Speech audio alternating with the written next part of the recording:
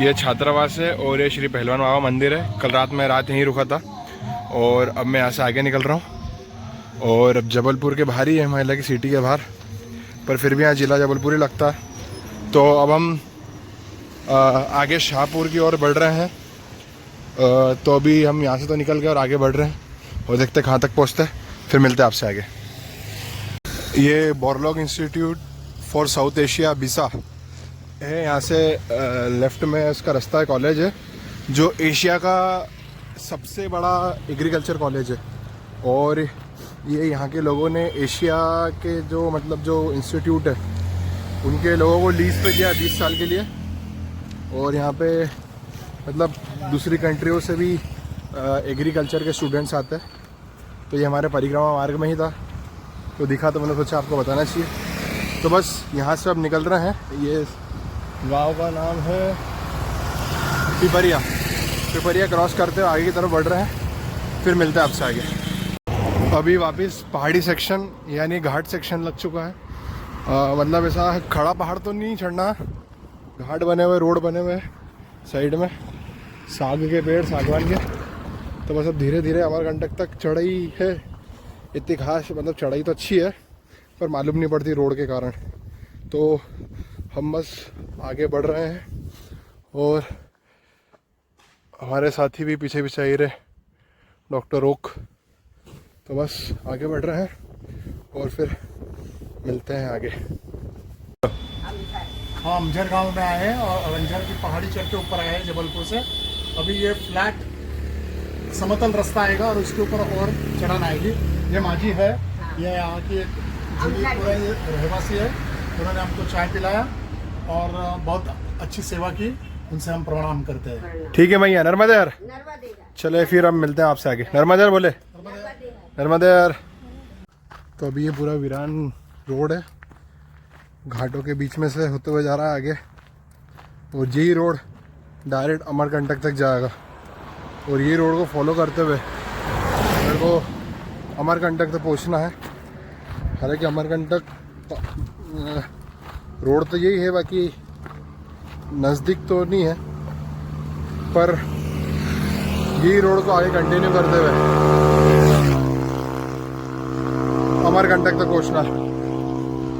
और ये थोड़ा जंगल टाइप इलाका है, इतना घना नहीं है पर हाँ थोड़ा है। और घाट है यहाँ पे। धीरे धीरे धीरे धीरे मैं जबलपुर से कभी यहाँ का एल्टीट्यूड देखे तो हम धीरे धीरे ऊपर बढ़ते जा रहे हैं। तो फिर अभी आगे बढ़ रहे हैं और देखते हैं नेक्स्ट स्टॉप क्या है।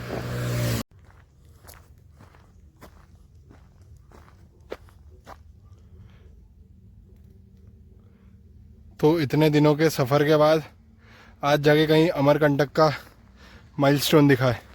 अमरकंटक यहाँ से 203 किलोमीटर है और हम क्या बोलते हैं, और हम आगे की तरफ बढ़ते जा रहे हैं। अमरकंटक का माइलस्टोन देख के बड़ा अच्छा लगा, क्योंकि अभी तक कोई आइडिया नहीं था कि कितना चलना है, कितना जाना है।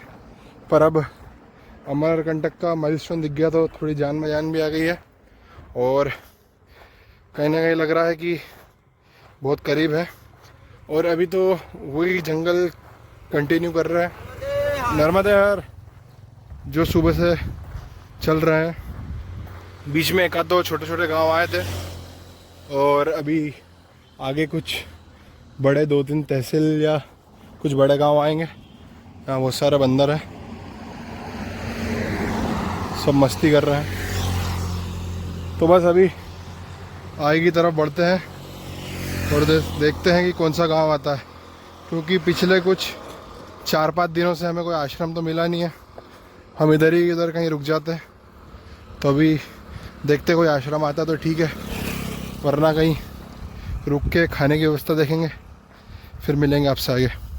ये जबलपुर का आगे जो हम पहाड़ चढ़ के आप प्लाटू पे आए हैं, वहाँ का ये जंगल है और दोनों साइड में साग का जंगल है। और हर एक झाड़ जो है उनके ऊपर नंबर लिखा है 36, 37, 38, 39, 40। तो नंबर करके रखे तो ये ना अनऑथराइज कटे न जाए और सब वन संपत्ति है वो अपना सुरक्षित रहे, वो फॉरेस्ट डिपार्टमेंट का हेतु रहा है। तो बहुत ही अच्छा काम चल रहा है। यहाँ पे क्या होता है अधिकतर कि जो यहाँ के लोकल लोग रहते हैं और इधर सागवान के पेड़ होते हैं, ये मतलब एक तरह से इसकी लकड़ी भी बहुत महंगी बिकती है। एक पेड़ की कीमत 15-20 हज़ार रुपये है। हाँ, एक पेड़ की कीमत 20,000 प्लस है। तो यहाँ के जो लोकल लोग रहते हैं ना, वो काट के सब बेच देते हैं। तो इसीलिए ये फॉरेस्ट डिपार्टमेंट की काउंटिंग है, मतलब ये लिख देते हैं ताकि कोई इसे काटे ही नहीं, और एक तरह से अच्छा है। तो बस फॉरेस्टों से के बीच में, मतलब जंगल के बीच में ही है, और आगे बढ़ते जा रहे हैं।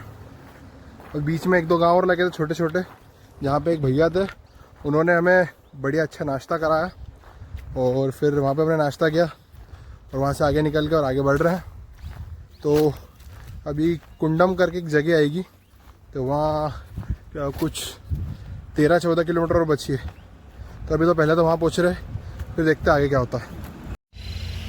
तो अभी हम कुंडम आ चुके हैं। कुंडम मतलब कुंडम जो तहसील है वो मतलब मुश्किल से 200-300 मीटर होगा, और ये कुंडम ही है। तो कुंडम में एक ये पंचमुखी हनुमान जी का मंदिर है, और आज हमारा स्टे यहीं पे ही है। तो मैं आपको पूरे अंदर से दर्शन कराता हूँ। ये पंचमुखी हनुमान जी है।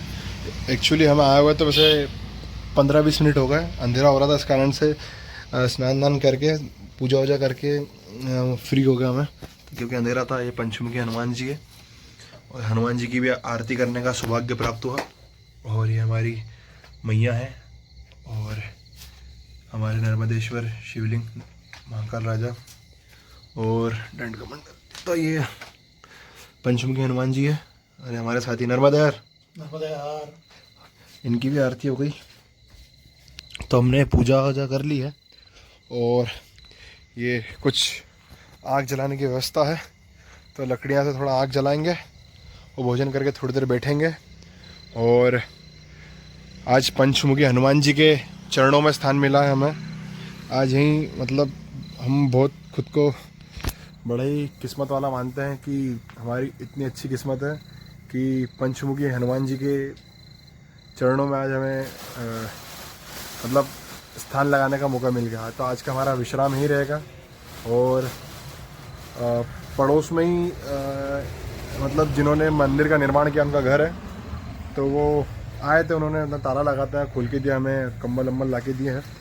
तो भोजन की व्यवस्था भी हमारी वही कर रहे हैं, तो भोजन भी वही ला के देंगे। तो फिर बस भोजन करेंगे, थोड़ी देर हाथ सेकेंगे, और आज फिर यहीं विश्राम करेंगे और कल यहाँ से निकलेंगे। तो फिर मिलते हैं कल आपसे। जय गणेश, नर्मदे हर हर महादेव।